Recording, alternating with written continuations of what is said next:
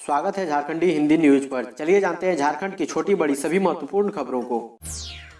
हेमंत सोरेन ने कहा, निकम्मों ने कितनी गंदगी फैला रखी थी, अब सामने आ रहा है। हाईकोर्ट द्वारा हाई स्कूल शिक्षकों की नियुक्ति रद्द करने संबंधी सवालों पर मुख्यमंत्री हेमंत सोरेन ने सोमवार को उबल पड़े। उन्होंने कहा कि निकम्मों ने कितनी गंदगी फैला रखी थी, अब सामने आ रहा है। उनके बुरे कामों का बुरा नतीजा लोगों को भुगतना पड़ रहा है। मुख्यमंत्री ने कहा कि मामला चाहे सहायक पुलिसकर्मी, हाई स्कूल शिक्षकों की नियुक्ति, नियोजन नीति या फिर डीवीसी को भुगतान से जुड़ा हो। उन्होंने कहा कि विपक्ष आज अपने ही बनाए मकड़ा जाल में उछल कूद रहा है, लेकिन उनके बुरे कर्मों से कैसे लोगों को निजात मिले, इस पर सरकार काम कर रही है।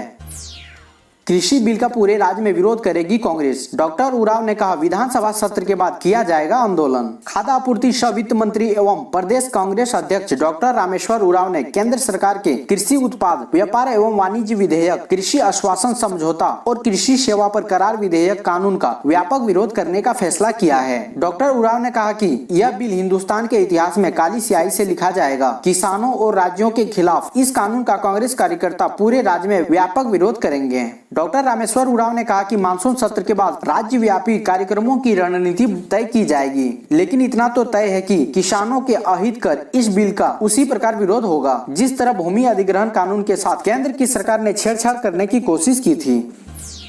50% से अधिक आरक्षण देने पर झारखंड की नियोजन नीति रद्द। झारखंड हाईकोर्ट ने राज्य सरकार को करारा झटका दिया है। झारखंड हाईकोर्ट ने वर्ष 2016 में बनी राज्य की नियोजन नीति को गलत बताते हुए इसे निरस्त कर दिया है। कोर्ट ने सुप्रीम कोर्ट के फैसले को आधार बनाते हुए कहा कि सरकार नौकरी में 50% से अधिक आरक्षण नहीं दे सकती, जबकि यहाँ 13 जिलों को शेड्यूल डिस्ट्रिक्ट घोषित किया गया, जहाँ तृतीय और चतुर्थ पदों पर 100% सीट स्थानीय लोगों के लिए आरक्षित कर दिया गया। यह गलत है। संविधान की धारा 14, 15 और 16 जिसमें सरकारी नौकरियों में समानता का अवसर दिए जाने का प्रावधान है, उनका भी उल्लंघन है। नियोजन नीति रद्द होने से 8000 हाई स्कूल शिक्षकों की जाएगी नौकरी, जाने पूरा मामला। झारखंड हाईकोर्ट ने राज्य सरकार की नियोजन नीति को असंवैधानिक बताते हुए इसे रद्द कर दिया है। अदालत के इस आदेश का सीधा असर अभी 13 अधिसूचित जिलों में 2018-19 में नियुक्त हुए 8423 हाई स्कूल शिक्षकों पर पड़ेगा। इन सभी शिक्षकों की नौकरी चली जाएगी। नियोजन नीति रद्द होने से आने वाले दिनों में राज्य में 22,000 पदों पर होने वाली नियुक्ति रुक जाएगी। शिक्षकों और पुलिसकर्मी की बहाली प्रक्रिया पाइपलाइन में थी। इसी तरह नई नियोजन नीति बनने तक तृतीय और चतुर्थ वर्ग की सभी नियुक्तियां प्रभावित होगी। फीस के लिए छात्रों का रोका जा रहा रजिस्ट्रेशन। झारखंड अभिभावक संघ बोकारो जिला की ओर से उपायुक्त कार्यालय के निकट धरना दिया गया। संघ के प्रदेश सचिव राकेश कुमार मधु ने कहा कि बोकारो के निजी विद्यालय सरकार के आदेश का उल्लंघन कर रहे हैं। शुल्क जमा नहीं करने पर ऑनलाइन क्लास से नाम काटा जा रहा है। कक्षा 9वीं से 12वीं तक के छात्रों का रजिस्ट्रेशन नहीं कराया जा रहा है। वर्षों से अभिभावक नियमित रूप से शुल्क जमा करते रहे हैं। कोरोना के कारण कई अभिभावकों का व्यवसाय चौपट हो गया है। कई अभिभावक रोजगार से हाथ धो बैठे हैं, इसलिए उनके समक्ष आर्थिक संकट उत्पन्न हो गई है। इसके बावजूद निजी विद्यालय अभिभावकों से शुल्क वसूल करने पर अमदा है।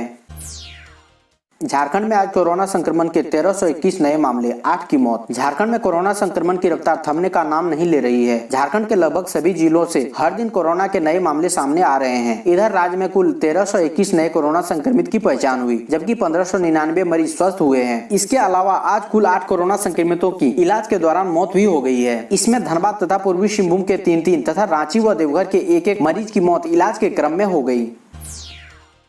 कहां से मिले कितने मरीज? पिछले 24 घंटे में बोकारो में 50, चतरा में 3, देवघर में 54, धनबाद में 111, दुमका में 12, पूर्वी सिंहभूम में 361, गढ़वा में 71, गिरिडीह में 15, गोड्डा में 32, गुमला में 15, हजारीबाग में 141, जमताड़ा में 19, खुट्टी में 3, कोडरमा में 18, लातेहार में 16, लोहरदगा में 40, पाकुड़ में 28, पलामू में 20, रामगढ़ में 43, रांची में 176, साहिबगंज में 13, सरायकेला में 34, सिमडेगा में 10 तथा पश्चिमी सिंहभूम में 36 नए संक्रमित की पहचान हुई है। झारखंड में ट्रांसजेंडरों को भी मिलेगा खाद्य सुरक्षा योजना में अनाज। झारखंड सरकार के खाद्य सुरक्षा योजना के तहत ट्रांसजेंडरों को भी जोड़ा गया है। इस योजना के तहत उन्हें भी प्रति माह 1 रुपए की दर से 5 किलो अनाज दिया जाएगा। राज्य में 15 नवंबर से यह योजना शुरू होगी। ट्रांसजेंडरों के साथ 40% से अधिक दिव्यांगों को भी इस योजना का लाभ मिलेगा। इस योजना के लाभुकों को हरे रंग का राशन कार्ड दिया जाएगा। योजना के तहत आदिम जनजाति परिवार, विधवा, कैंसर, एड्स, कुष्ठ व अन्य असाध्य रोग से ग्रसित व्यक्ति, अकेले रहने वाली वरीय नागरिकों को लाभ दिया जाएगा। झारखंड के बिजली उपभोक्ताओं के लिए राहत की खबर। झारखंड के बिजली उपभोक्ताओं के लिए राहत भरी खबर है। सभी श्रेणी के उपभोक्ताओं को कोरोना काल में अप्रैल से सितंबर तक का देरी से बिजली बिल भुगतान करने पर बिजली कंपनी को जुर्माना नहीं देना होगा। दूसरी ओर औद्योगिक उपभोक्ताओं को लॉकडाउन के दौरान अप्रैल, मई और जून के फिक्स्ड चार्ज में अस्थायी छूट दी गई है। बिजली कंपनी अगले बिल में इसे वसूल कर सकेगी। इस आशय का आदेश सोमवार को झारखंड राज्य विद्युत नियामक आयोग ने जारी कर दिया है। सहायक पुलिस कर्मियों का आंदोलन 11वें दिन भी जारी। हेमंत सरकार से की यह मांग। सीधी नियुक्ति की मांग को लेकर सहायक पुलिस कर्मियों के आंदोलन का मंगलवार को 11वें दिन भी जारी है। आंदोलन की शुरुआत भले ही सीधी नियुक्ति को लेकर हुई थी, लेकिन कोरोना महामारी के खतरे और हो रही परेशानी को लेकर अब सहायक पुलिसकर्मी समझौते के पक्ष में है और अपनी सरकार से समझौते की उम्मीद लगाए बैठे हैं। सहायक पुलिसकर्मियों का कहना है कि इस दौरान कई परेशानियां भी सहायक पुलिसकर्मियों को हुई, पर उनकी मांगे नहीं मानी गई और आज भी वह मोहराबादी मैदान में डटे हैं। लेकिन अब सहायक पुलिसकर्मी समझौते के पक्ष में है। सहायक पुलिसकर्मी का कहना है कि वर्तमान में कोविड का खतरा है, इसलिए अगर मुनासिब नहीं तो कम से कम एक सामान्य वेतन यानी 18,000 की मांगे पूरी हो। इसके साथ ही जिला पुलिस को जो मूलभूत सुविधाएं दी जाती है वो मुहैया कराए जाए और जब भी बहाली निकले तो उसमें 50% आरक्षण हो। झारखंड विधानसभा में हंगामा। बीजेपी विधायक के बर्ताव पर भड़क गए स्पीकर, मार्शलों के जरिए करा दिया बाहर। देश भर में कोरोना वायरस महामारी के चलते सांसद से लेकर विधानसभाओं तक के सत्र अपनी सामान्य अवधि के मुकाबले कई दिनों तक घटा दिए गए हैं। जहां सरकारों ने इन छोटे सत्रों में ही कई अहम विधेयक पास करने का लक्ष्य रखा है, वहीं विपक्ष लगातार सदन में अलग अलग मांगों के साथ हंगामे में जुटा है। इस बीच झारखंड में कानून व्यवस्था संबंधी कार्य स्थगन प्रस्ताव पर चर्चा की मांग कर रहे भाजपा विधायक और पूर्व कृषि मंत्री रणधीर सिंह को मंगलवार को विधानसभा अध्यक्ष रविंद्रनाथ महतो ने हंगामा करने के लिए मार्शल के जरिए विधानसभा से बाहर करवा दिया। दरअसल झारखंड विधानसभा के मानसून सत्र का मंगलवार को अंतिम दिन था। बिहार की तर्ज पर झारखंड के होमगार्ड जवानों को नहीं मिलेगी सुविधाएं, जाने क्यों और अब क्या होगा। झारखंड के होमगार्ड जवानों को बिहार की तर्ज पर सुविधाएं नहीं मिलेगी। राज्य सरकार के गृह कारा एवं आपदा प्रबंधन विभाग ने इस आशय की जानकारी विधानसभा को दी है। भाजपा विधायक किशुन कुमार दास ने होमगार्ड जवानों के संबंध में विधानसभा में सवाल पूछा था कि क्या झारखंड में भी होमगार्ड जवानों को बिहार की तर्ज पर वेतन सहित अन्य सुविधाएं मिलेगी। इस सवाल के जवाब में राज्य सरकार ने स्पष्ट किया कि बिहार सरकार की तर्ज पर होमगार्ड जवानों को भविष्य निधि योजना, कर्मचारी पेंशन योजना, कर्मचारी निक्षेप सहबद्ध बीमा योजना का लाभ देने का कोई प्रस्ताव सरकार के पास विचाराधीन नहीं है। वहीं विधानसभा को भेजे गए जवाब में बताया कि होमगार्ड जवानों को पुलिसकर्मी के समान वेतन देने का आदेश हाईकोर्ट ने दिया था, लेकिन सरकार इस आदेश के खिलाफ उच्च न्यायालय गई थी, जहां मामला विचाराधीन है। गौरतलब है कि बिहार में होमगार्ड जवानों को कर्तव्य भत्ता के रूप में रोजाना 774 रुपए का भुगतान होता है। वहीं झारखंड में होमगार्ड जवानों को 1 अप्रैल 2019 से महज 500 रुपए कर्तव्य भत्ता का भुगतान प्रतिदिन होता है।